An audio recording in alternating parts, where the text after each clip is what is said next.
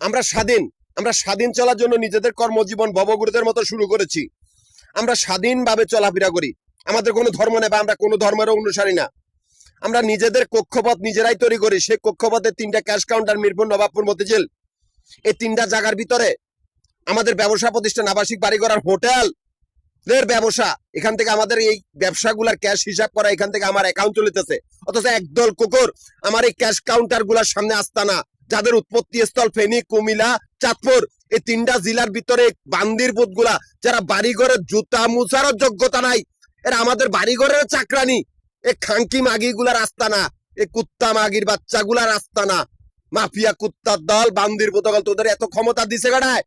তোরা ব্যাংকের ভিতর তোদের কোনো অস্তিত্ব নাই। তোরা পায়খানার টাঙ্কির থেকে জন্ম নাস কুত্তার দল। ওই মাগির পুতগুলা, তোদের মুন্ড শিরোচ্ছেদ করা মু খাঙ্কি মাগির পুতগল।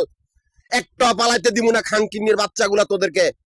তোদের খবর আছে কুত্তার বাচ্চাগুলা, তোদের মাংসরে কাটমু, তোদের ব্রেন্টের ভিতরে প্রাক ঢুকামু, প্রাক, যাতে তোদের মগজ দেয় খাঙ্কির বাচ্চাগুলা। মাগির পুতগল, এটা কি মগের মূল্য পাইছাত? আমাদের বাড়ি ঘরে মাতব্বরি কিল্লা করতেছাত? তোরা বেগুমিয়ারও 75 বছর আগে কি জানি খাওয়াইছিলি এই অজ্ঞান পার্টি খাঙ্কিন্নির বাচ্চাগুলার। এই বান্দির পুতগল, তোদের খবর আছে? মাগির পুতগল, এই ব্যবসার লাগে বেগুমিয়া অসুস্থ হয়েছে 75 বছর আগে। আমিও অসুস্থ হয়েছি।